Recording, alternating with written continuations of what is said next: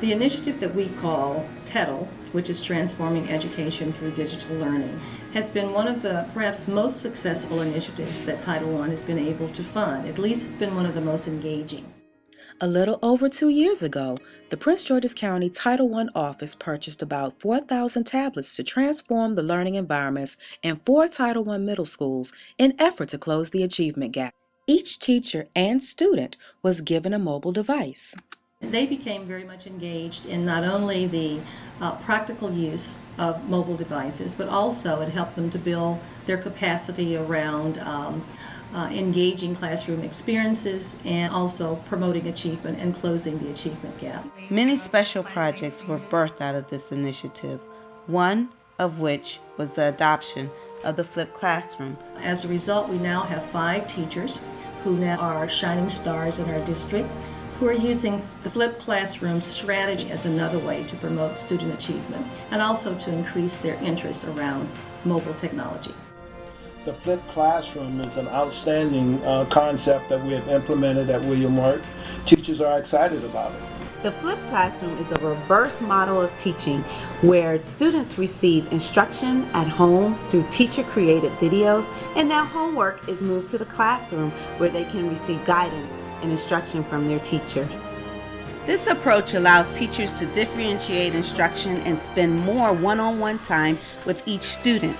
It also frees up the class time for students to work on homework, projects, and other assignments with the help of their teachers. Students have the opportunity to ask questions and work through problems with the guidance of their teachers and support of their peers, which creates a collaborative learning environment and in many cases a blending learning environment where class is both online and in the physical classroom. There are many different ways to flip your classroom, but you will find 4 essential elements in all of our classrooms. First is the entrance ticket, which is an informal assessment which measures whether or not the students comprehended the video. Based on this information, the teacher is able to differentiate instruction. The second element is grouping. You will find that the students are grouped in a minimum of 3 groups. Students who have demonstrated mastery are working together to create a project that demonstrates or reinforces the skills they mastered. The next group is the practice group. They scored a low B to C on the entrance ticket and may have questions about the content. The teacher starts out working with this group to close any achievement gaps. The third group is where the teacher will spend most of the time reteaching the skill, ensuring that every student comprehends.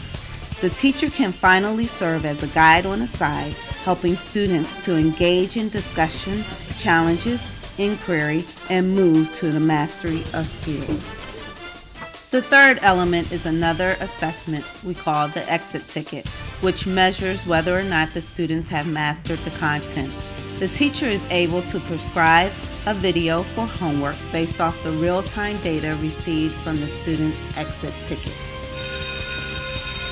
I've been filling my class for about a year now. During this transition, I've noticed a significant increase in the productivity of my students in the class.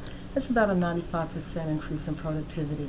There's about a 40% increase in homework completion with my students. Again, I have a 60% reduction in the number of disciplinary referrals going to administration. So it really works for me in terms of getting the students' attention in class so that they can be a little bit more productive with respect to the math work.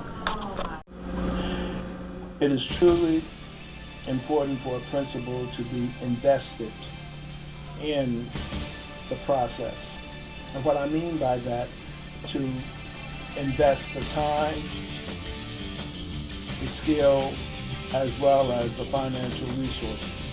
The principal should be the leader, should model all the expectations for teachers, should provide for teachers time for planning, not only individually, but more importantly, collaboratively. Provide time for discussion of articles, provide time for lesson studies, truly the implementation of a professional learning community. Technology has leveled the playing field for our students.